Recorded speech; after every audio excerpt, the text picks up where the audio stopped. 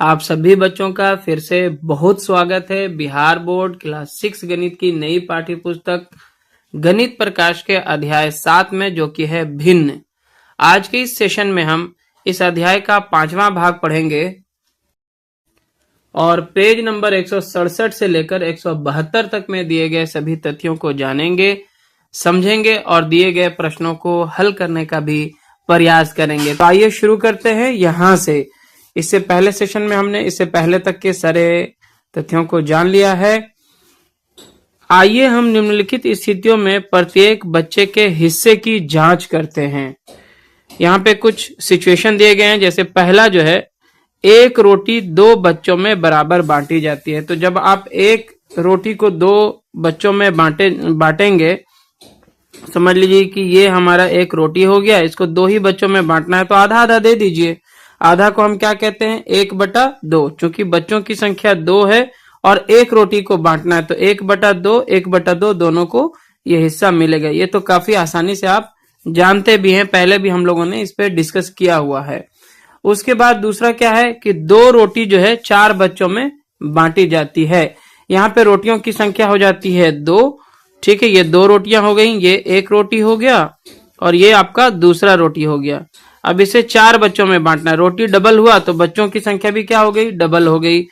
तो यहाँ पे चूंकि 2 रोटी को 4 हिस्से में बांटा गया है तो हमारा जो भिन्न बनेगा, जो फ्रैक्शन बनेगा, वो क्या हो जाएगा? 2 रोटी 4 बच्चों में बांटा गया है तो 2/4 हो जाएगा। प्रत्येक को कितना हिस्सा मिलेगा?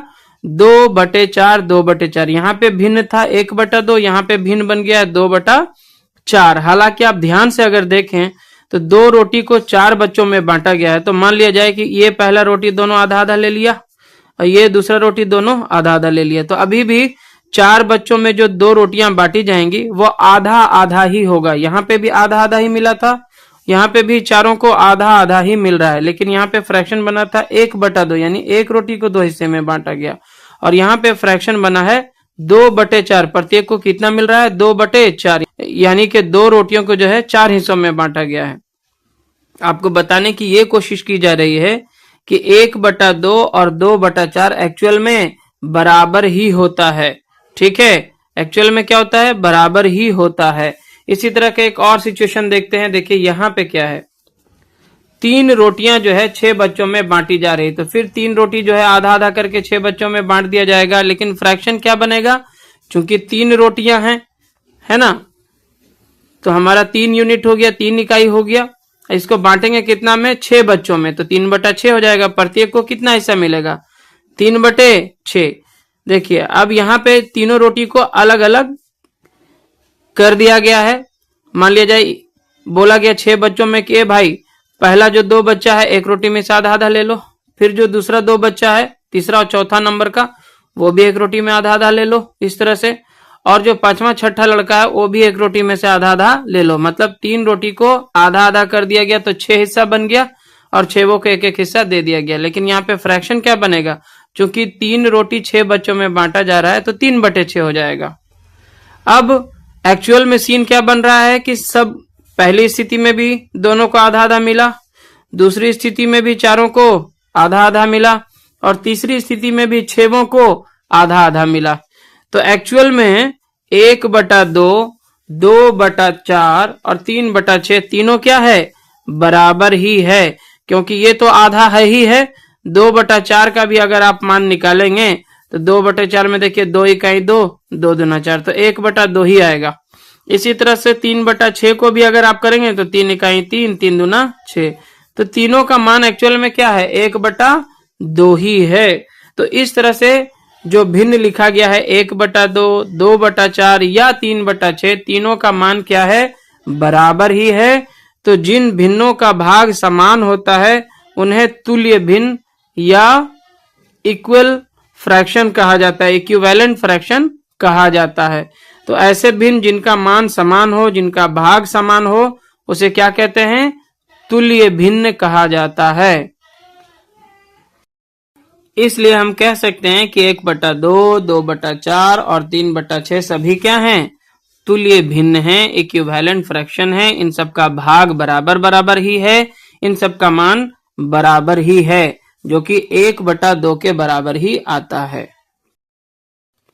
आगे कहा गया है कि 1/2 के तुल्य यानी कि इसके बराबर कुछ और भिन्नों को ज्ञात कीजिए, इन्हें यहाँ बॉक्स में लिखिए।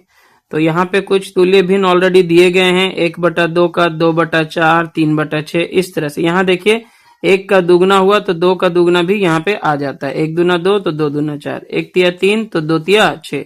इसी तरह से अगर 1/2 में हम 4 से गुना कर दें ऊपर नीचे तो क्या बन जाएगा फ्रैक्शन, 1 चौके 4 और 2 चौके 8।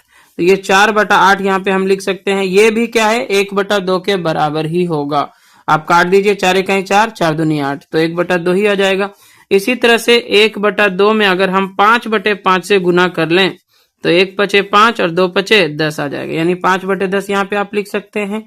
आप इसको काट के देखिए, 5 इकाई 5, 5 दूनी 10, 1/2 ही आता है। इसी तरह से आगे अगर आप 1 में 6 से गुना कर लें तो 2 में भी 6 से करना होगा, तो 1 छके 6 और 2 छके कितना हो जाएगा, 12, यानी कि 6/12 भी इसके तुल्य होगा। 6 इकाई 6, 6 दूना 12। अगर आप 7 से गुना कर लें 1 में तो 1 सत्ते 7 और नीचे 2 सत्ते कितना हो जाएगा, 14। ठीक है, इस तरह से 4/8, 5/10, 6/12, 7/14 ये सब जो है 1/2 के तुल्य भिन्न है, इनके इक्विवेलेंट है, इनका भी भाग या मान उतना ही है जितना कि 1/2 का है। ठीक है, चलिए आगे है, निम्नलिखित स्थितियों में रोटी को बराबर बराबर बांटिए और प्रत्येक बच्चे के हिस्से को लिखिए। क्या इन सभी स्थितियों में प्रत्येक बच्चे का हिस्सा समान है, और अगर है तो क्यों है? चलिए, तो पहली स्थिति क्या है, 2 रोटियों को 3 बच्चों में बराबर हिस्सों में बांटा। 2 रोटी है, ठीक है, 1 रोटी ये हो गया और 2 रोटी ये दूसरा हो गया। इसको 3 बच्चों में बांटना है, तो रोटियां कितनी है, 2 है, बांटना कितने बच्चों में है, 3 में। तो इसका फ्रैक्शन यानी कि भिन्न क्या बनेगा, 2/3, यानी 2 को 3 हिस्से में बांटना है। 2 को 3 हिस्से में बांटना है तो 2/3 इसका फ्रैक्शन बनेगा। चलिए आगे क्या है, 4 रोटियों को 6 बच्चों में बराबर हिस्सों में बांटा, तो सबको कितना कितना मिलेगा, 4 रोटी है और हिस्सा कितना लगेगा, 4 रोटी का 6 हिस्सा लगना है, तो 4/6 इसको भी मिलेगा, 4/6 इसको भी मिलेगा, 4/6 इसको भी मिलेगा। इसी तरह से फिर 4/6 इसको मिलेगा, 6 को 4/6 मिलेगा, 4/6 इसको भी मिला और 4/6 इसको भी मिलेगा। अगर आप ध्यान से देखें तो 4/6 भी क्या है, यहाँ देखिए 2 रोटी था 3 बच्चा था, यहाँ 4 रोटी हुआ तो बच्चा भी डबल हो गया। जब 2 रोटी 4 रोटी बना तो बच्चा 3 के बजाय कितना हो गया, 6। तो अभी भी सबको कितना मिल रहा है, आधा आधा रोटी ही अभी भी मिल रहा है।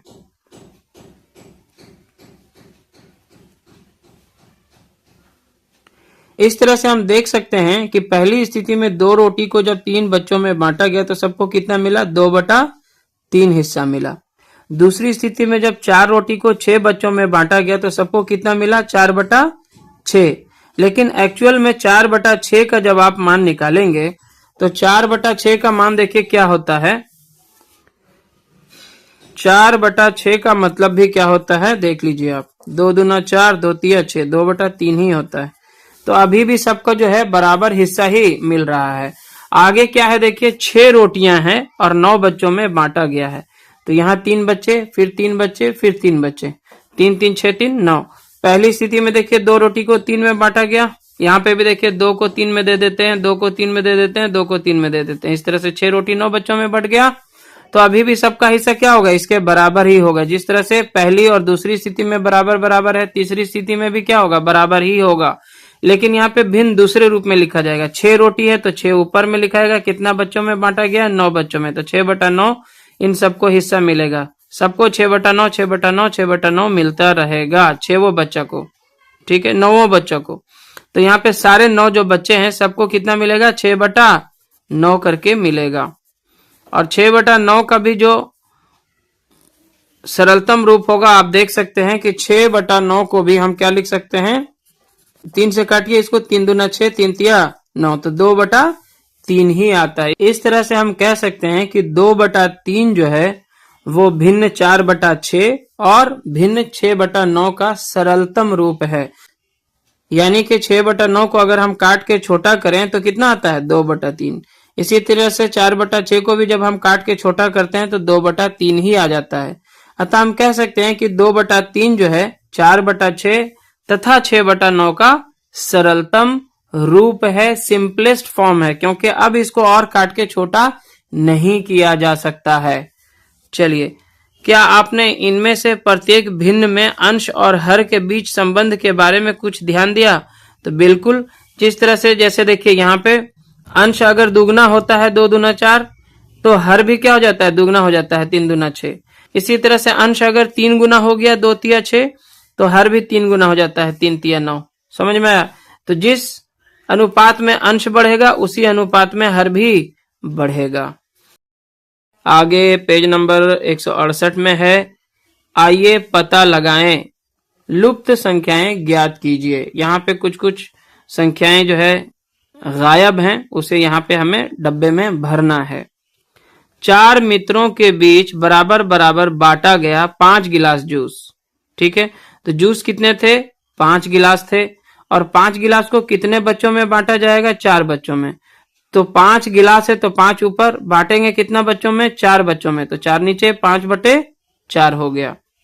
अब यहाँ पे क्या है? 8 दोस्तों के बीच बराबर बराबर बांटे गए कितना गिलास जूस के समान है?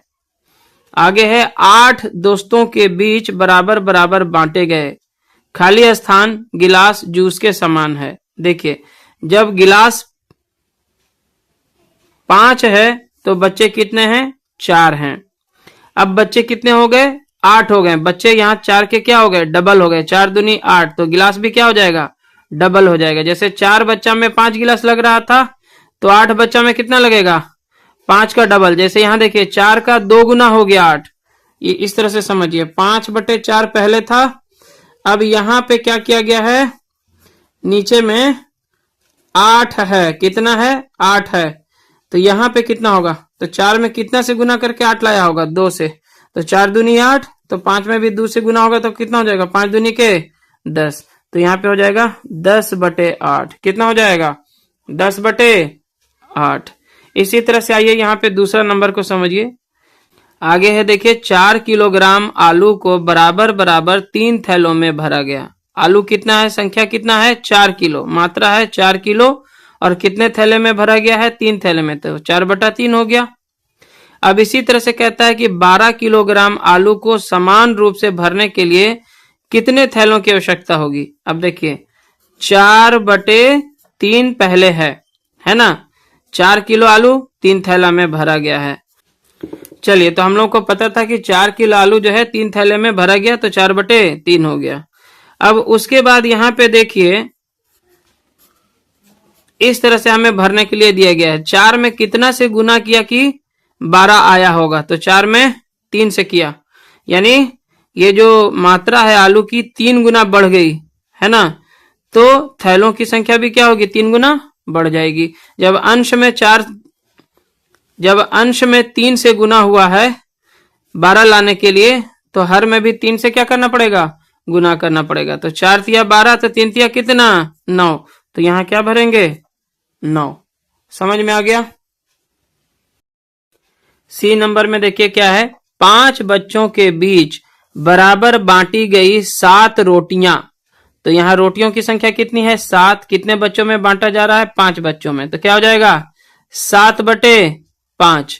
अब यहाँ पे खाली स्थान दे दिया, बच्चों के बीच बराबर बांटी गई खाली स्थान समान रोटियां होंगी। तो यहाँ पे आप अंदाजा से कुछ भी लिख दीजिए। जैसे 5 बच्चों के बीच बांटा गया तो कितना है? 7 रोटी है ना? अगर हम 10 बच्चों में बांटेंगे, 10 बच्चों में बच्चों की संख्या क्या करते हैं? बढ़ा देते हैं। ठीक है, डबल कर देते हैं, तो रोटियों की भी संख्या क्या हो जाएगी? डबल हो जाएगी। चलिए, तो इसे इस तरह से समझिए, 7 रोटी को 5 बच्चा में बांट दिए, तो 7/5 हो गया। अब मान लिया जाए कि बच्चा को हम बढ़ा के कितना ले आए? डबल कर दिए। 10 बच्चा में अब बांटना है, तो रोटी कितना लगेगा? तो 5 में कितना से गुना करके 10 लाए होंगे? 2 से। तो 7 में भी कितना से गुना कर देंगे? 2 से। तो इस तरह से रोटी कितना हो जाएगा? 14 रोटी हो जाएगा। कितना हो जाएगा? यहाँ पे आप इस तरह से भर सकते हैं कि जब 7 रोटी 5 बच्चा में बांटा गया, है ना, तो 10 बच्चा में जो है 5 दूनी 10 तो 7 दूनी 14 रोटी लगेगा। कितना लगेगा? 14 रोटी लगेगा। इसी तरह से अगर आप बच्चों की संख्या 3 गुना बढ़ा देते हैं, 15 बच्चा कर देते हैं, तो रोटी की संख्या भी 3 गुना बढ़ के 5 या 15 होगा, तो 7 या 21 हो जाएगा। 21 रोटी लगेगा। समझ में आ गया? इस तरह से आप इसे बना सकते हैं। आगे बढ़ते हैं पेज नंबर 169 में ही है। किस समूह में प्रत्येक बच्चे को अधिक चिक्की प्राप्त होगी? पहली स्थिति क्या है? एक चिक्की को 2 बच्चों में बांटा जाए, और दूसरी स्थिति है कि या 5 चिक्कियों को 8 बच्चों में बांटा जाए। इसे इस तरह से समझिए, एक चिक्की है, ठीक है, और इसे जो है 2 बच्चों में बांटना है, ठीक है। तो दोनों बच्चों को कितना कितना मिलेगा? 1/2 हिस्सा, 1/2 हिस्सा मिलेगा। सही है। दूसरी स्थिति क्या है? 5 चिक्कियां हैं, 1 2 3 4 5 चिक्कियां हैं, और बच्चे कितने हैं? 8 हैं टोटल। 1 2 3 4 5 6 7 और ये 8 बच्चे हो गए कुल मिला के, ठीक है। 5 चिक्की है, 8 बच्चा है। इन लोगों का जो शेयर बनेगा कितना बनेगा? 5 चिक्की 8 बच्चों में बांटेंगे तो 5/8 5/8 5/8 सबको मिलेगा, ठीक है। इन सबको 5/8 करके मिलेगा। हमें बताना यह है कि इस ग्रुप के बच्चों को अधिक शेयर मिलेगा या फिर इस ग्रुप के बच्चों को अधिक शेयर मिलेगा। तो इसके लिए हम क्या कर सकते हैं? 1/2 और 5/8 को कंपेयर कर सकते हैं। इन दोनों की हम तुलना करेंगे कि दोनों में कौन बड़ा है और कौन छोटा है। तो तुलना करने के लिए हमें इन दोनों का जो डिनोमिनेटर है यानी हर जो है, अगर एक समान मिल जाए तो हम आसानी से इसकी तुलना कर सकते हैं। देखिए यहाँ पे मुक्ता कहती है कि इसके लिए हमें 1/2 और 5/8 के बीच तुलना करनी चाहिए कि कौन अधिक है। फिर शबनम क्या कहती है कि ठीक है, हमने देखा है कि 1/2 जो है बराबर होता है किसके? 4/8 के। कैसे? देखिए 1/2 और 4/8 दोनों क्या है? तुल्य भिन्न है। इससे पहले भी हमने देखा हुआ है, क्योंकि 4/8 को भी अगर आप काटेंगे तो 4 इकाई 4, 4 दूना 8, 1/2 ही आता है। यहाँ पे 2 और यहाँ पे हर कितना है? 8 है। अगर हम इसके हर में भी क्या ले आए? 8 ले आए तो हम दोनों को कंपेयर आराम से कर सकते हैं, दोनों की तुलना कर सकते हैं। तो 2 से 8 बनाने के लिए आपको यहाँ पे कितना चाहिए? 4 चाहिए। तो ऊपर में भी 4 से आपको गुना करना पड़ेगा। जब हर में आप 4 से गुना कर रहे हैं तो अंश में भी आपको 4 से गुना करना पड़ेगा। तो यहाँ हो जाएगा 2 चौके 8, ऊपर हो जाएगा 4। इस तरह से आपके पास जो 2 भिन्न प्राप्त हुए हैं यहाँ पे 4/8 और 5/8। अब इस स्थिति में क्या है भाई? 4/8 जो है, 4/8 जो है यहाँ पे क्या हो गया? छोटा हो गया 5/8 से। समझ में आया?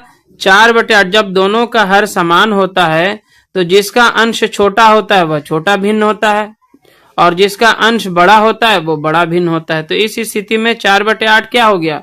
छोटा हो गया। और 4/8 एक्चुअल में किसका मान है? 1/2 का मान है ना। और 4/8 जो है किसके बराबर है? 1/2 के बराबर है। इसका मतलब हुआ कि इस ग्रुप के बच्चे को जो है चिक्की का आधा आधा भाग मिलेगा, और इन सबको आधा आधा तो मिलेगा ही मिलेगा, और भी थोड़ा थोड़ा मिल जाएगा। देखिए ये 4 में से आधा आधा सबको मिल जाएगा 8 बच्चा को, और इसमें से फिर सबको कुछ न कुछ अंश मिलेगा। इसको फिर 8 हिस्सा में बांट दिया जाएगा और सबको एक एक टुकड़ा मिल जाएगा। समझ में आया? तो ये वाले जो ग्रुप है, दूसरा ग्रुप 5/8 वाला, इसको अधिक हिस्सा प्राप्त होगा चिक्की का, है ना। आधा प्लस थोड़ा सा और टुकड़ा मिलेगा, एक चिक्की का 8वां भाग इन सबको फिर मिलेगा। तो यही यहाँ पे लिखा गया है कि इसलिए जिन बच्चों के लिए 5 चिक्की को 8 बच्चों में बराबर बांटा जाता है उन्हें उन बच्चों से अधिक मिलेगा जिनके लिए एक चिक्की को 2 बच्चों में बराबर बांटा जाता है। तो दूसरे समूह के प्रत्येक बच्चे को अधिक चिक्की मिलेगी। समझ आ गया आप लोगों को? चलिए आगे बढ़ते हैं। इसी तरह का एक और क्वेश्चन है यहाँ पे, निम्नलिखित समूह के विषय में क्या कहेंगे? किस समूह में प्रत्येक बच्चे को अधिक हिस्सा मिलेगा? ये भी एकदम सेम क्वेश्चन है। यहाँ पे कहता है कि एक चिक्की को 2 बच्चों में बराबर बांटा जाए। तो एक चिक्की को 2 बच्चों में बांटेंगे तो फिर से क्या हो जाएगा? 1/2 ही होगा, है ना? और या फिर 4 चिक्कियों को 7 बच्चों में बराबर बांटा जाए तो इस बार 4/7 हो जाएगा। 4/7 हो जाएगा दूसरे ग्रुप में। चलिए, तो शबनम क्या कहती है? इस बार किस समूह के बच्चों को अधिक चिक्की मिलेगी? तो मुक्ता कहती है कि इसके लिए हमें 1/7 और 4/7 की क्या करनी होगी? तुलना करनी होगी। तो यहाँ पे 1/7 नहीं होना चाहिए था, 1/2 होना चाहिए। क्या होना चाहिए? 1/2। पहली स्थिति में देखिए एक चिक्की को 2 बच्चों में बांटा गया है ना, तो 1/2 हो जाएगा। और दूसरी स्थिति में क्या है? 4 चिक्कियों को 7 बच्चों में बांटा गया है, तो क्या हो जाएगा? 4/7। अब इन दोनों की हमें क्या करनी होगी? तुलना करनी होगी, कंपैरिजन करना होगा। अभी तक हम लोग कंपेयर करने के लिए क्या कर रहे थे? 2 भिन्नों के हर को समान बना रहे थे और उसके हिसाब से देख रहे थे कि अगर हर समान है तो जिसका अंश बड़ा होगा वो बड़ा भिन्न होगा और जिसका अंश छोटा होगा वो छोटा भिन्न होगा। यहाँ पे इसको उल्टा करके दिखाया गया है, इसको जो है दूसरे मेथड से बनाया गया है। यहाँ पे क्या किया जाएगा? दोनों का अंश को समान कर लिया जाएगा और उसके आधार पे फैसला लिया जाएगा कि कौन सा भिन्न बड़ा है और कौन सा भिन्न छोटा। जैसे देखिए यहाँ पे एक भिन्न आपका है 1/2 और दूसरा भिन्न है आपका 4/7। कितना है? 4/7। अगर हम इसके अंश को भी 4 बना दें तो 1/1 में 4 से गुना करना पड़ेगा और यहाँ पे 2 में 4 से गुना करना पड़ेगा। तो यहाँ पे हो जाएगा 1 चौके 4 और यहाँ पे हो जाएगा 2 चौके 8। यहाँ पे ये क्या बन गया? 4/8। अगर हम इसके 1/2 के अंश और हर में 4/4 से गुना कर लें तो ये कितना बन गया? 1 गुना 4 यानी कि 4 और 2 गुना 4 यानी कि 8 हो गया। और दूसरा भिन्न आपका क्या है? 4/7। यहाँ पे आप ध्यान से देखिए, इसका अंश और इसका अंश अभी क्या हो चुका है? समान हो चुका है। दोनों का अंश क्या है? बराबर है। हर में क्या होता था? मान लिया जाए अगर हर समान होता था 5/8 और 4/8 है मान लिया जाए, तो हम क्या बोलते थे? 5/8 बड़ा है 4/8 से। यहाँ पे देखिए दोनों में क्या समान है? हर समान है। तो हर समान होने पे क्या होता है? जिसका अंश बड़ा होता है वो बड़ी संख्या होती है और जिसका अंश छोटा होता है वो छोटी भिन्न संख्या होती है। लेकिन जब दोनों का अंश समान होगा, यहाँ पे हर समान था याद रखिएगा, जब दोनों का अंश समान होगा, जैसे यहाँ पे आया है पहला का 4/8 और दूसरा आपका कितना है? 4/7 है। यहाँ पे देखिए समान क्या है? दोनों का अंश है। तो इस स्थिति में जब दोनों का अंश समान होता है तो जिसका हर बड़ा होगा वो छोटी संख्या होगी, वो उल्टा हो जाता है। समझ में आ रहा है? जब अंश समान होगा तो जिसका हर बड़ा होगा वो छोटा हो जाएगा और जिसका हर छोटा होगा वो बड़ी संख्या हो जाएगी। यहाँ पे देखिए वो मुक्ता क्या करती है? 1/2 में 4/4 से गुना करके इसके अंश को भी 4 बना लेती है और इस तरह से वो कहती है कि 4/8 जो है किसके बराबर है? 1/2 के बराबर ही है, क्योंकि 4 1 4, 4 दूना 8। और दूसरी तरफ जो दूसरा भिन्न है वो क्या है? 4/7 के रूप में है। तो इसका अंश भी 4 हो गया और दूसरा का अंश भी क्या है? 4 है। दोनों के अंश को समान बनाया गया। तो शबनम यहाँ पे पूछ बैठती है, लेकिन आपने अंश और हर को पुनः 4 से गुना क्यों किया? यानी कि आपने अंश और हर में 4 से गुना क्यों किया? तो मुक्ता बताती है, तुम देखोगी जब 4 चिक्कियों को 7 बच्चों में बराबर बांटा जाता है तो प्रत्येक को कितना मिलता है? 4/7 चिक्की मिलेगा। और जब 4 चिक्कियों को 8 बच्चों में बांटा जाता है, 4 चिक्की को 8 बच्चों में बांटा जाता है तो प्रत्येक को कितना मिलेगा? 4/8 मिलेगा। समझ में आया? 4 चिक्की को कितने बच्चों में बांटा गया? 7 बच्चों में, तो 4/7। और फिर 4 चिक्कियों को 8 बच्चों में अगर बांटा जाएगा तो कितना मिलेगा? 4/8। अतः हम कह सकते हैं कि 4/7 जो है क्या हो जाएगा, बड़ा हो जाएगा 4/8 से, क्योंकि यहाँ पे 4 चिक्की 8 बच्चों में बांटा गया है और यहाँ पे 4 चिक्की को 7 बच्चों में बांटा गया है। तो 7, यहाँ बच्चों की संख्या कम है तो ज्यादा मिलेगा इन सबको, और 4 ही चिक्की को अगर 8 बच्चों में बांटा जाएगा तो उन लोगों को थोड़ा कम हो जाएगा, क्योंकि यहाँ पे बच्चा एगो बढ़ गया है। अब पहला स्थिति में बच्चा एगो क्या है, कम है। तो इस तरह से हम कह सकते हैं कि 4/7 जो है बड़ा होगा 4/8 से। यहाँ देखिए दोनों का अंश क्या है, समान है। दोनों का अंश समान है तो जिसका हर छोटा होगा वो बड़ी संख्या हो जाएगी। यहाँ पे उल्टा होता है, हर समान होने पर जिसका अंश बड़ा होता है वो बड़ा भिन्न होता है, और अंश अगर समान रहे तो जिसका हर छोटा होगा वही बड़ी संख्या होगी। समझ आ गया आपको? चलिए आगे बढ़ते हैं। यदि बांटी जाने वाली इकाइयों की संख्या समान है, जैसे यहाँ पे देखिए यहाँ भी 4 चिक्की और यहाँ भी 4 चिक्की है, ठीक है, लेकिन जिन बच्चों के बीच बांटी जानी है उनकी संख्या अधिक है तो भाग कम होगा। यहाँ पे देखिए 4 चिक्की 8 बच्चा में बांटा जा रहा है और यहाँ पे 4 चिक्की 7 ही बच्चा में बांटा जा रहा है। यहाँ बच्चा कम है तो इन लोगों को ज्यादा मिलेगा, इसलिए हम कह सकते हैं कि 4/7 जो है बड़ा होगा 4/8 के। यानी कि जब अंश समान होगा तो जिस भिन्न का हर छोटा होगा वो बड़ी संख्या होगी, वो बड़ा भिन्न होगा, है ना। और 4/8 जो है क्या होगा, बराबर होगा 1/2 के, क्योंकि 4/8 का सरलतम रूप 4 इकाई 4, 4 दूनी 8, 1/2 ही आता है। अतः हम कह सकते हैं कि 4/7 जो है वो 4/8 यानी कि 1/2 से भी क्या होगा, बड़ा होगा। अब मैं समझी कि तुमने अंश और हर को 4 से गुणन क्यों किया। तो आप हर के हिसाब से भी कंपेयर कर सकते हैं। अगर हर समान है तो जिसका अंश बड़ा होता है वो बड़ा भिन्न होता है, और अंश के अनुसार भी आप तुलना कर सकते हैं। अगर दोनों का अंश समान हो तो जिसका हर छोटा होगा वो बड़ी संख्या हो जाएगी। क्लियर है? आगे है, मान लीजिए कि बच्चों की संख्या समान रखी गई है किंतु बांटी जाने वाली इकाइयों की संख्या बढ़ गई है। अब आप प्रत्येक बच्चे को मिलने वाले हिस्से के विषय में क्या कहेंगे? तो यहाँ पे देखिए 1 इकाई है, ठीक है, और बांटे जाने वाले बच्चों की संख्या कितनी है, 5 है। मान लिया जाए 1 चिक्की को यहाँ पे 5 बच्चों में बांटा गया है, ठीक है। आगे फिर क्या किया गया है, इकाई बढ़ा दिया गया है, ठीक है, मतलब अब 2 चिक्की हो गई है और 2 चिक्की 5 बच्चों के बीच में बांटी जाएगी। तो अब जो पहला यहाँ पे भिन्न बना था 1/5 वो क्या हो जाएगा, छोटा हो जाएगा, ठीक है, क्योंकि यहाँ 1 चिक्की में 5 बच्चे को बांटा गया। तो जो टुकड़ा मिलेगा बच्चों को वो 2 चिक्की अगर 5 बच्चों में बांटा जाएगा तो उससे छोटा हो जाएगा, है ना। यहाँ पे बच्चे 5-5 ही हैं, पहली स्थिति में 1 ही चिक्की है और दूसरी स्थिति में 2 चिक्की है। तो ये 1 चिक्की छोटा छोटा टुकड़ा बनेगा 5 और 2 चिक्की में जो है बड़ा टुकड़ा हो जाएगा, ठीक है। तो इस तरह से जो है 1/5 छोटा हो जाएगा 2/5 से। इसे दूसरी तरह से भी समझें, दोनों में हर क्या है, समान है। हर समान होने पर जिसका अंश छोटा होता है वो छोटा हो जाता है और जिसका अंश बड़ा होता है वो बड़ा हो जाता है। दूसरी स्थिति में भी वही है। यहाँ 3 चिक्की है, 7 बच्चों में बांटा गया है।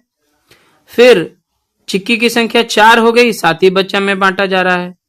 तो यहाँ पे 3 7 में बटा, यहाँ 4 7 में बटा, तो 3 वाला का हिस्सा कम कम पड़ेगा, ठीक है। तो 3/7 छोटा हो जाएगा 4/7 से। या इस तरह से भी समझें कि जब हर दोनों का क्या है, समान है, 7-7 है, तो जिसका अंश छोटा होगा वो छोटा भिन्न हो जाएगा। अंत में दिया है कि 1/2 छोटा है 5/8 से। यहाँ एक समस्या आ जाती है कि यहाँ पे हर दोनों का क्या है, समान नहीं है। तो 1/2 छोटा है 5/8 करने के लिए अगर हम 1/2 को इस तरह से लिखें कि इसका हर जो है हम 8 ले आए, तो 2 में 4 से करना पड़ेगा गुना, तो 1 में भी 4 से गुना हो जाएगा, यानी कि ये बन जाएगा 4/8। कितना बन जाएगा, 1/2 जो है इसको हम 4/8 भी लिख सकते हैं। तो 4/8 5/8 से क्या होगा, छोटा ही होगा। यहाँ पे 4 चिक्की 8 बच्चों में बांटा गया और यहाँ पे 5 चिक्की 8 बच्चों में बांटा जा रहा है। तो 4 वाला चूंकि कम चिक्की है तो कम कम हिस्सा पड़ेगा, 5 चिक्की उतना ही बच्चों में बांटा जाएगा तो थोड़ा हिस्सा ज्यादा मिलेगा। या फिर आप इसे ऐसे समझिए कि 4/8 एक तरफ है और दूसरी तरफ कितना है, 5/8 है। तो 4/8 क्या हो जाएगा, छोटा हो जाएगा 5/8 से। हर दोनों का क्या है, समान है, तो अंश जिसका छोटा होगा वो छोटा हो जाएगा। क्लियर है। चलिए अब इसी तरह का कुछ और भी समस्या आपको दिया जा रहा है। अब आप निर्णय कीजिए कि दोनों समूहों में किस समूह के बच्चों को अधिक हिस्सा मिलेगा। अब यहाँ पे कुछ समूह आपको दिए जा रहे हैं। जैसे समूह 1 में क्या है, इसे समझिए। समूह 1 जो है 3 गिलास गन्ने के रस को 4 बच्चों में बांटा गया है। चलिए इसे हम इस तरह से कॉपी पर समझते हैं। समूह 1 में जो है 3 गिलास जो है 4 बच्चों के बीच बांटा गया। 3 गिलास जो गन्ने का रस है वो 4 बच्चों में शेयर किया गया, तो 3/4 इसको मिलेगा। और दूसरा जो समूह है उसमें 7 गिलास जो है 10 बच्चों को बांटा गया, यानी कि 7/10 है। हमें बताना है कि किस समूह के बच्चों को अधिक क्वांटिटी में जो है गन्ने का रस मिलेगा। अब यहाँ पे चूंकि दोनों का हर अलग अलग है और दोनों का अंश भी अलग अलग है, आप कंपेयर करने के लिए या तो दोनों के अंश को समान बनाएं या दोनों के हर को समान बनाएं। तो चलिए यहाँ पे हम हर को ही समान कर लेते हैं। इसके लिए हम 4 और 10 का क्या निकाल लेंगे, लासा निकालेंगे।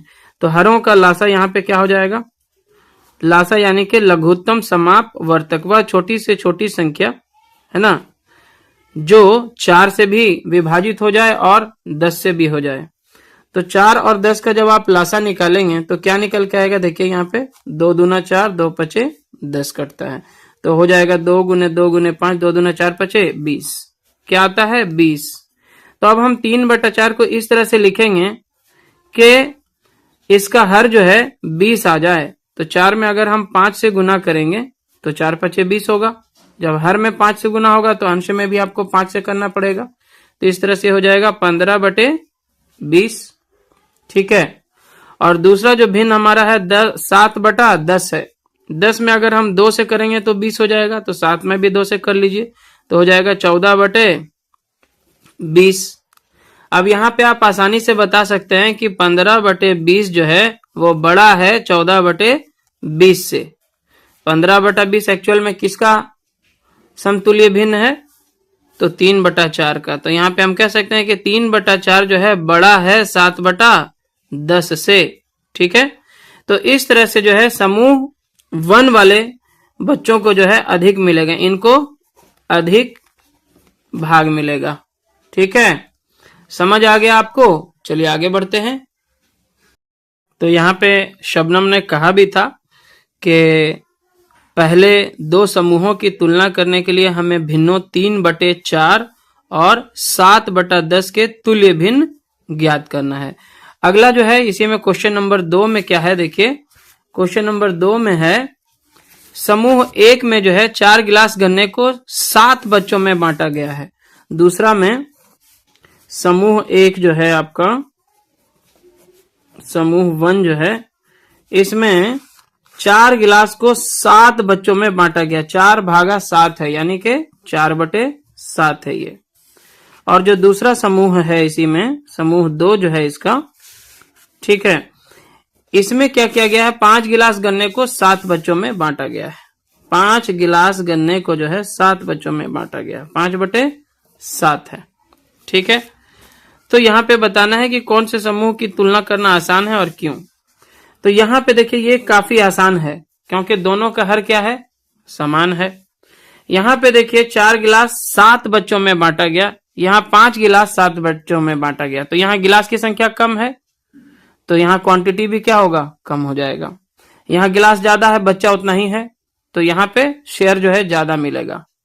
तो इसको तुलना करना क्या था, आसान था। इन दोनों में अगर देखा जाए तो क्वेश्चन नंबर 2 की तुलना करना आसान है क्योंकि दोनों में हरों की संख्या क्या है, समान है, यानी दोनों में बच्चों की संख्या बराबर बराबर है। 7-7 बच्चे दोनों ही स्थिति में हैं। यहाँ एक में 4 बच्चा था, एक में 10 बच्चा था, गिलास भी अलग अलग, बच्चा भी अलग अलग। ठीक है ना। तो यहाँ पे तुलना करना थोड़ा मुश्किल हुआ, यहाँ पे हमें हर को समान बनाना पड़ा, और यहाँ पे ऑलरेडी हर क्या था, समान था, तो इसकी तुलना करना काफी आसान है। यहाँ पे हम कह सकते हैं कि समूह 2 को जो है अधिक मिला, इसको क्या मिला है, अधिक हिस्सा मिलेगा, अधिक हिस्सा मिलेगा। ठीक है, क्योंकि 5/7 क्या है, बड़ा है 4/7 से। ठीक है, यहां देखिए दोनों का हर समान है, जब हर समान होता है जिसका अंश बड़ा होता है वही बड़ा होता है, तो इसको अधिक मिलेगा। समझ में आ गया। चलिए आगे बढ़ते हैं। क्या ऐसा नहीं है कि जब बच्चों की संख्या समान है तो तुलना करना आसान है? बिल्कुल सही बात है, जब बच्चों की संख्या समान है तो तुलना आसानी से हो जाती है। मुक्ता कहती है कि क्या ऐसे 6/8 बराबर है 3/4 के, और 21/30 बराबर है 7/10 के? तो इसे भी चेक कर लेते हैं। 6/8 है, 6/8 को अगर हम काट दें तो 2 तिया 6, 2 चौके 8 आ जाता है 3/4। ठीक है, तो इस तरह से ये और ये दोनों बराबर है, ये बात क्या है, सही है। दूसरी तरफ क्या दिया है, 21/30, और यहाँ पे दिया है 7/10। अगर हम 21/30 में क्या करें, बराबर दिया है हम लोगों को कि ये दोनों क्या बराबर है, तो हो सकता है 21/30 है यहाँ पे, अगर हम दोनों में 3 से भागा दे दें, कितना से, अगर हम सेम संख्या से गुना कर सकते हैं तो सेम संख्या से क्या कर सकते हैं, भाग भी कर सकते हैं। तो 3 सत्ते 21 हो जाएगा और 3 दाहिए 30 हो जाएगा।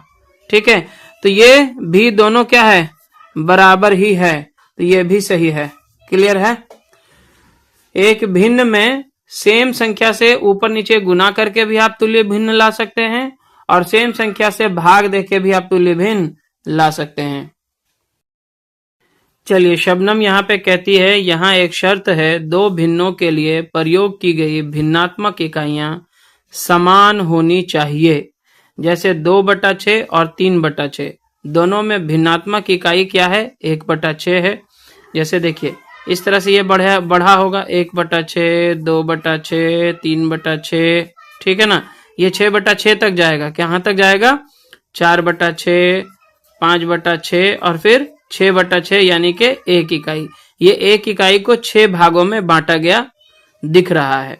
ठीक है, तो इन दोनों में भिन्नात्मक इकाई क्या है, 1/6 है। सबका हिस्सा जो है, 6 का हिस्सा 1/6, 1/6, 1/6, 1/6, 1/6 मिलकर के जो है बनेगा। ये 1 हिस्सा है, ये 2 हिस्सा हो जाएगा, ये 3 हिस्सा हो जाएगा, ये 4 हिस्सा हो जाएगा।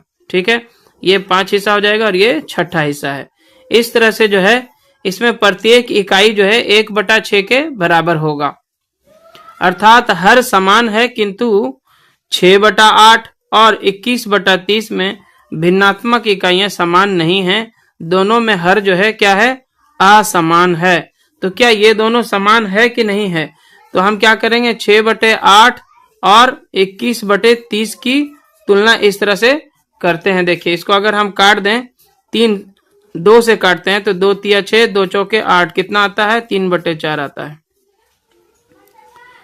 और इसको अगर हम 3 से काटे तो 3 सत्ते 21 और 3 दाहिए 30 आएगा, यानी कि 7/10 आता है। ठीक है, चलिए तो यहाँ पे तो अभी भी क्लियर नहीं हो पा रहा है, क्योंकि एक जगह पे है 3/4 और दूसरी जगह पे है 7/10। तो अभी भी हम दोनों की तुलना नहीं कर पा रहे हैं, क्योंकि ना तो अंश दोनों में समान है और ना ही हर दोनों में समान है। तो अब हम इन दोनों के तुल्य भिन्न बनाना शुरू करते हैं, ताकि दोनों का हर जो है क्या हो जाए, समान हो जाए। तो मुक्ता कहती है ठीक है, तो आओ हम तुल्य भिन्न बनाना शुरू करते हैं। जैसे 3/4 में पहले 2 से गुना किया है, 2/2 से, तो 3 दूना 6, 4 दूना 8 हो गया। फिर 3 से किया तो 3 तिया 9, 4 तिया 12 हो गया। 4 से किया तो 3 चौके 12, 4 चौके 16 हो गया। 3 पचे 15, 4 पचे 20 हो गया। फिर 3 छके 18, 4 छके 24, इस तरह से हो जाएगा। लेकिन रुकना कहाँ पे है, तो शबनम कहती है समझी, कैसा रहेगा यदि हम 4 को 10 से गुना कर दें, यानी 4 दाहिए 40 तक लिखें। ठीक है, मुक्ता कहती है आपका अर्थ दोनों हरों का गुणनफल है, तो चलो ठीक है। तो उस हिसाब से क्या करते हैं, दोनों को पहले हर को गुना कर दिया है 4 दाहिए 40 करने के लिए। कोई जरूरी नहीं कि हम 4 को 10 से गुना करें, आप इन दोनों का लासा भी निकाल सकते हैं। ठीक है, अगर आप हर को भी गुना करते हैं, दोनों हर को डायरेक्टली, तो भी चलेगा, और नहीं तो कोई ऐसा संख्या आप देखिए जो 4 से भी कटता है और 10 से भी कटता है। तो इसके लिए 4 और 10 का अगर हम लासा निकाल लें तो 2 दूना 4, 2 पचे 10, लासा क्या आ जाएगा 2 गुने 2 गुने 5 आ जाएगा। तो 2 दूना 4 पचे 20। अगर हम दोनों के हर को 20 बना ले तो भी काम चल जाएगा। हमारे पास 3/4 और 7/10 है। दोनों हरों 4 और 10 का गुणनफल कितना है 40 है। तो इस स्थिति में हम लोगों को कहां तक जाना है, इसके हर को 40 तक बनाना है। तो यहां देखिए जब 3 में 10 से गुना करेंगे तो 3 दहिये 30 और 4 में 10 से गुना करेंगे तो 4 दहिये 40 हो जाएगा। तो इस तरह से क्या किया गया है, इसमें 10 से और इसमें भी 10 से गुना कर लिया गया। तो हो जाएगा 3 दहिये 30 और यहाँ हो जाएगा 4 दहिये 40। इसी तरह से 7/10 में देखिए क्या करेंगे, 10 में 4 से गुना करेंगे तो 40, तो 7 में भी 4 से गुना कर लेंगे, 7 चौके 28/40 हो जाएगा। अब यहाँ पे आप देख सकते हैं कि दोनों में बड़ा कौन है, ठीक है। तो यहाँ पे आपको दिख जाएगा कि 30/4 जो है बड़ा है 28/40 से। तो यहाँ पे वही चीज करके दिखाया गया है, ठीक है। 7/10 में अगर 2 से पहले करेंगे तो 7 दूनी 14, 10 दूनी 20, 3 से करेंगे तो 7 या 21 और 10 या 30। इसी तरह से 4 से करेंगे तो 7 चौके 28 और 10 चौके 40। यहाँ पे आके रुकेगा, ठीक है। तब तक लिखते रहेंगे जब तक कि हर जो है वो 40 ना हो जाए। लेकिन ध्यान रहे कि 15/20 और 14/20 के हर भी क्या हैं, समान हैं। यहाँ पे देखिए 15/20 और 14/20 आया, तो यहाँ पे भी काम चल जाएगा आपका। 15/20 क्या है, बड़ा है 14/20 के। हाँ, हमें प्रत्येक भिन्न के लिए केवल समान भिन्नात्मक इकाई प्राप्त करने की आवश्यकता है। तो यहां से भी हो जाएगा, जो कि हमने यहाँ पे बताया आपको कि इसका हम क्या करेंगे, हरों का लासा भी निकाल के आप इसी के अनुसार जो है भिन्न को बना सकते थे। जैसे 3/4 था, है ना, और आपका दूसरा था 7/10 था। तो अगर हम 4 में 5 से गुना करते और 3 में भी 5 से करते तो 15 कितना आ जाता, 20 जाता। 10 में 2 से करते 10 दूना 20 और 7 दूना 14। तो यहाँ पे 14/10 आ जाता। तो यहाँ पे भी कंपेयर हो जाता, ठीक है ना। तो शबनम कहती है अतः 3/4 और 7/10 की समान भिन्नात्मक इकाई यानी कि समान हर के साथ तुल्य भिन्न 30/4 और 28/40 या फिर 15/20 और 14/20 हैं, ठीक है। इस स्थिति में दोनों का हर 40-40 है और इस स्थिति में दोनों का हर 20-20 है। तो यहाँ पे आसानी से हम तुलना कर सकते हैं। तो यहाँ पे स्पष्टता हम कह सकते हैं कि 30/40 जो है वो बड़ा है 28/40 से। अतः हम ये भी कह सकते हैं कि 3/4 जो है, जो कि 30/40 का सरलतम रूप है, वो बड़ा हो जाएगा 7/10 से। तो इस तरह से हम दो भिन्नों की तुलना करना अब सीख चुके हैं। आगे पेज नंबर 172 में है, दिए गए भिन्न युग्मों के लिए तुल्य भिन्नों को ज्ञात कीजिए जिसमें भिन्नात्मक इकाइयां समान हो। तो इसके तुल्य भिन्न निकालना है और इसमें भिन्नात्मक इकाइयां जो हैं यानी कि हर जो है समान करना है। तो इसमें कुल मिलाकर ए से लेकर एच तक 4-4 8 प्रश्न दिए गए हैं। एक एक करके सबको हम हल कर लेते हैं। तो आइए जैसे पहला नंबर को लेते हैं। यहाँ पे दिया है 7/2 और 3/5। यहाँ पे हर जो है हमारा 2 और 5 है। हरों का आप क्या करेंगे, सिंपली लासा निकाल लेंगे। हरों का जो लासा है, क्योंकि ये दोनों ऐसी संख्याएं हैं जो किसी एक संख्या से नहीं कटती हैं, तो सीधा इसको गुना कर लेंगे। 2 गुने 5 बराबर 10 आ जाता है इन दोनों का लासा। अब हम 7/2 को इस रूप में लिखेंगे कि इसका हर क्या आ जाए, 10 आ जाए। बहुत आसान है, देखिए ध्यान से। तो आपको लाना है यहाँ पे कितना, हर के रूप में 10 लाना है। 2 में कितना से आप गुना करेंगे कि 10 आ जाए, तो 5 से। तो 2 पचे 10 होता है।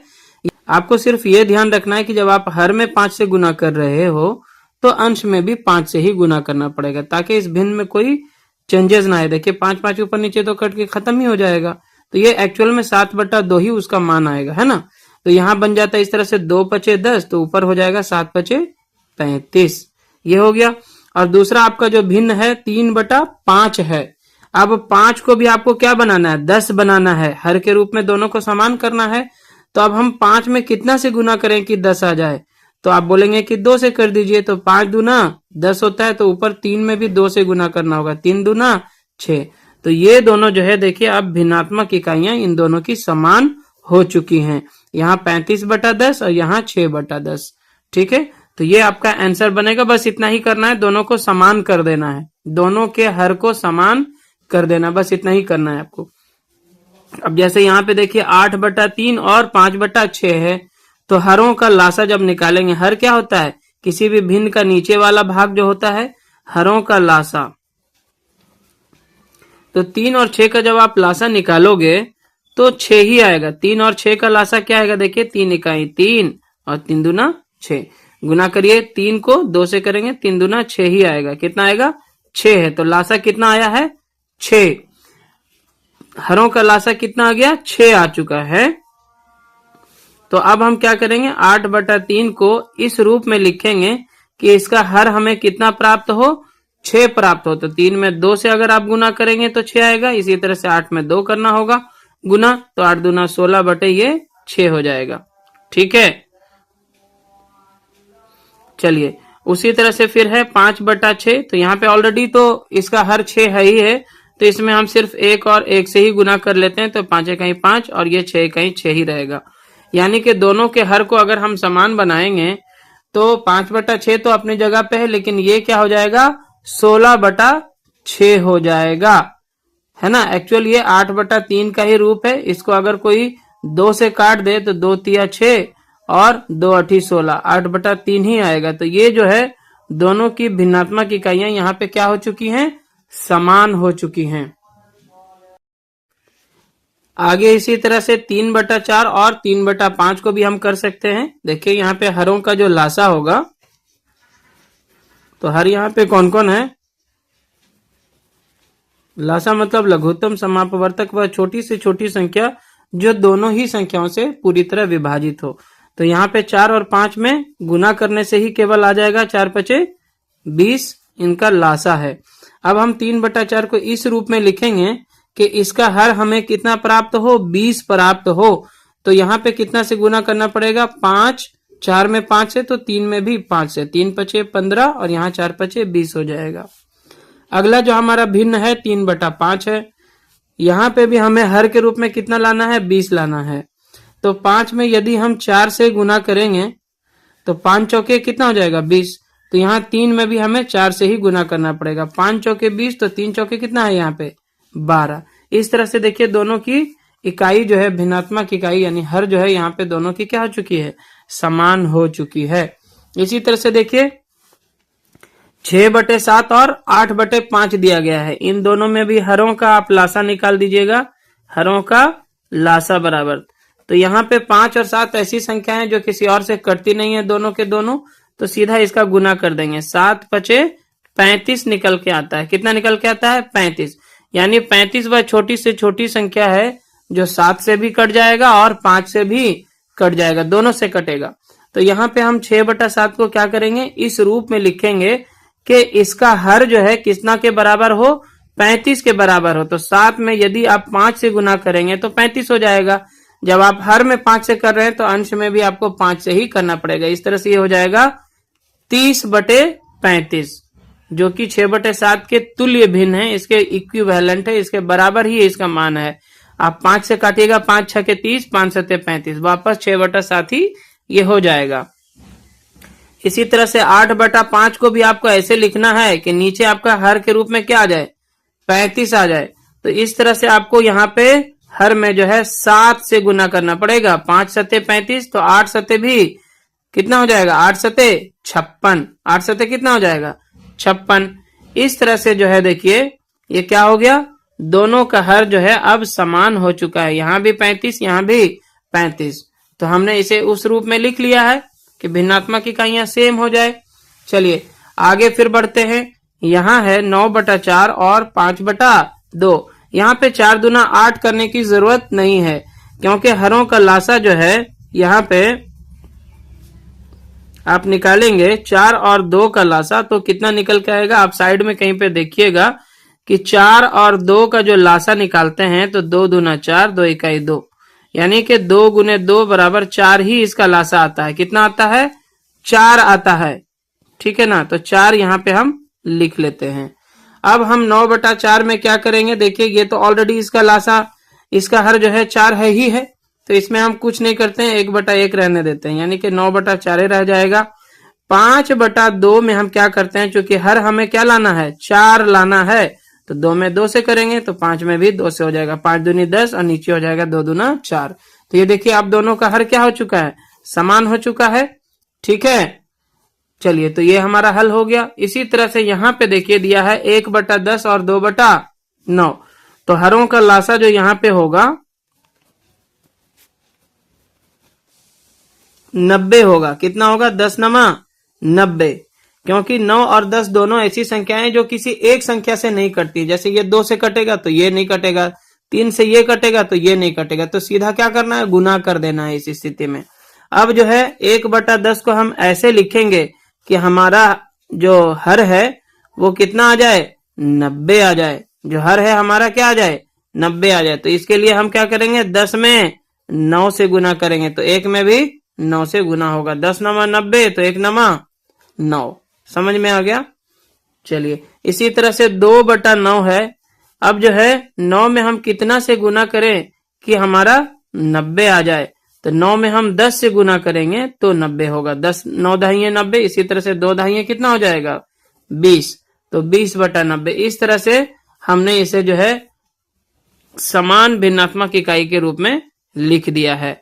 2 प्रश्न और बचते हैं, जी और एच, तो इसे भी हल करते हैं। आइए यहाँ पे हरों का जब लासा आप निकालेंगे, यानी कि 3 और 4 का लासा, तो 3 और 4 का लासा जो है 12 आएगा। कितना आएगा, 12, इनको गुना करने से आ जाएगा, ठीक है। अब देखिए 8/3 को हम इस रूप में लिखना चाहते हैं कि इसका हर कितना हो जाए, 12 हो जाए, तो 3 में इसके लिए आपको 4 से गुना करना पड़ेगा, तो 8 में भी 4 से करना होगा। 8 चौके 32 हो जाएगा और नीचे 3 चौके 12 हो जाएगा। इसी तरह से 11/4 में जो है कितना से आप गुना करें 4 में कि 12 आ जाए, तो 3 से करना पड़ेगा। यहाँ पे कितना से, 3 से, तो 4 तिया 12, तो 11 तिया कितना हो जाएगा, 33। इस तरह से दोनों का हर क्या हो गया, समान हो गया, ठीक है। आगे देखिए यहाँ पे 13/6 और 1/9 दिया गया है। यहाँ पे हरों का आप पहले लासा निकालिए।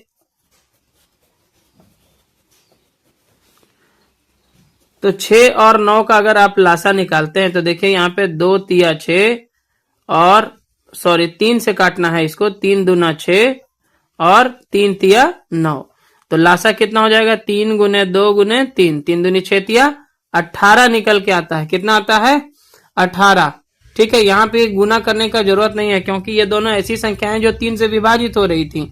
3 दूना 6, 3 तिया 9, तो 3 से इसको काट दीजिए, तो यानी कि वह छोटी से छोटी संख्या जो 6 और 9 दोनों से कट जाए वो 18 है, ना कि 54 है, ठीक है। 6 से भी 18 कटता है, 9 से भी 18 कटता है, तो ये लासा जो है लघुत्तम समापवर्तक होता है, इसलिए हम यहाँ पे 18 लिख सकते हैं। अब 13/6 को हम इस रूप में लिखें कि यहाँ पे हर हमारा कितना आ जाए, 18 आ जाए, तो इसके लिए 6 में आपको 3 से गुना करना पड़ेगा। जब हर में 3 से हो रहा है तो अंश में भी 3 ही से गुना होगा। 6 तिया 18, 13 तिया कितना हो जाएगा, 39।